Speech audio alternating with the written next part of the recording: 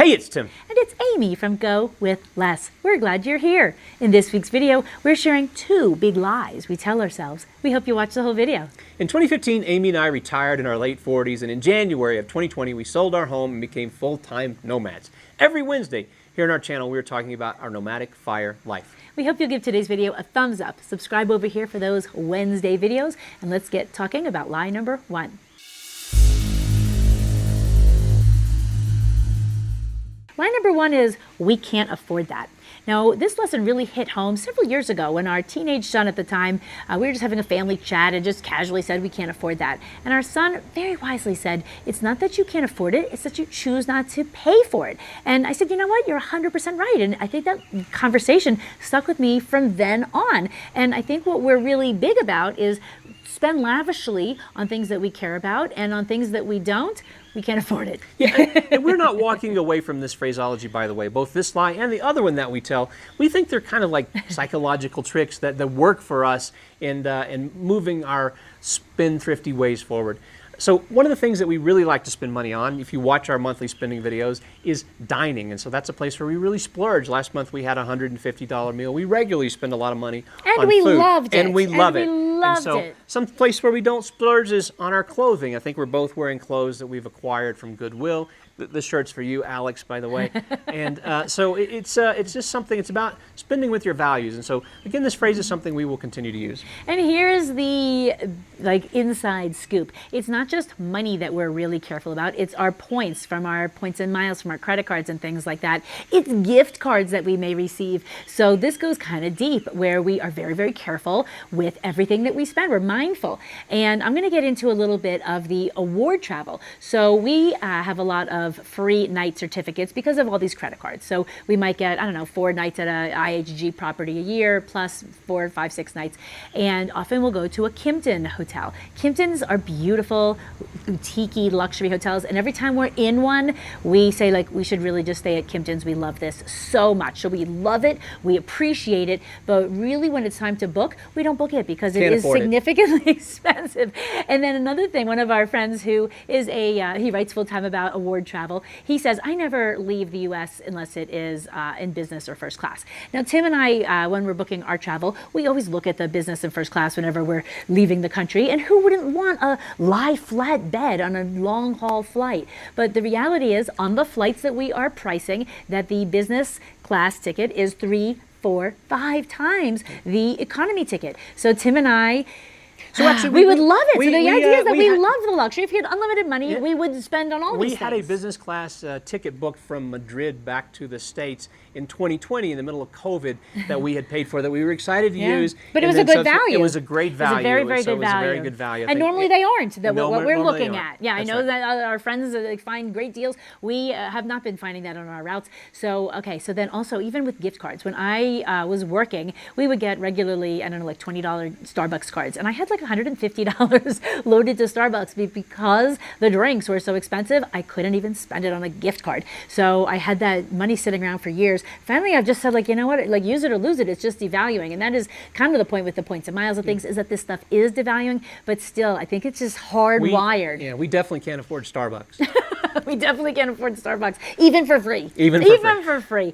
Okay, what else you got on we can't spend that? I think that's it. And here, I'm going to say one more thing. The funny thing is it's not just us who says this, we can't afford it. We know a lot of early retired friends, and we know enough about their financial situation to know that they say this as well. And we know that this is kind of a lie that they are telling themselves, and we all just go along with it. So that is very common.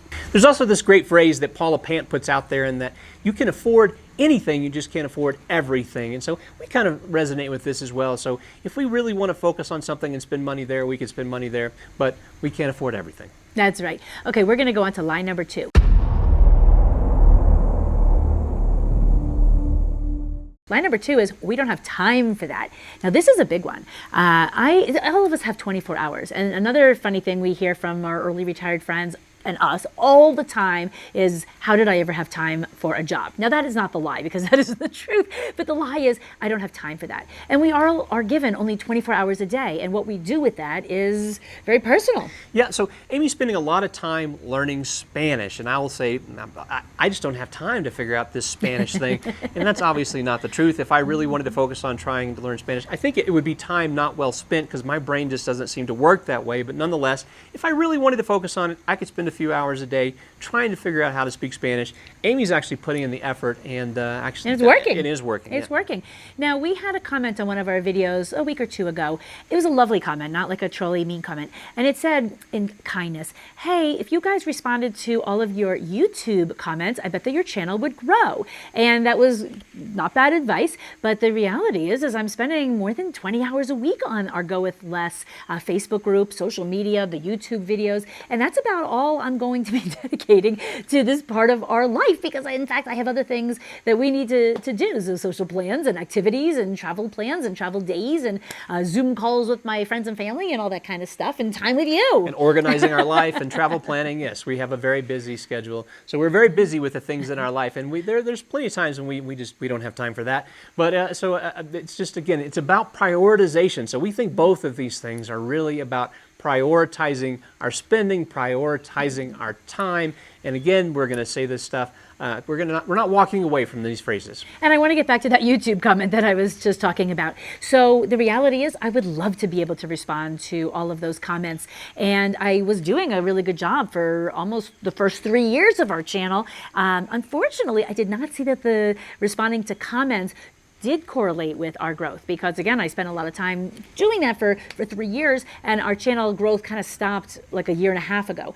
Now, the interesting thing is, I've been talking a lot, I throw in this shameless plug for the GoWithLess Facebook group. Well, I'm really engaged in there, and I'm making real quality friendships in that group, in-person friendships as well. So when I only have limited time to be spending on something, I guess I'm putting a lot of that into the Facebook group. What I'm going to suggest is for people who have in-depth questions. People ask Tim a lot of credit card questions and phone kind of SIM questions. The better place to put that sort of thing is in the Facebook group, because that's where we're both engaged a little bit more. And there's a multitude of resources there beyond us who are as skilled, if not more skilled than us at answering those questions. Yeah, so, but again, it kind of breaks my heart that I can't engage as I would like to, but when the Facebook group popped up, it had to suck time out of somewhere, and unfortunately, it did take that from responding and engaging with our YouTube comments. So I always have intentions to respond to them, but I don't have time. And it's true. Like we're like, so either that or I go to sleep. Yeah, best laid plans. So here's what we want to know from you this week. What lies are you telling yourself? Do you use either one of these? I don't have time, or I can't afford it, because we do hear this from a lot of people all the time. And I'm curious where this shows up in your own life. So thanks for watching. We'll see you next Wednesday. Adios.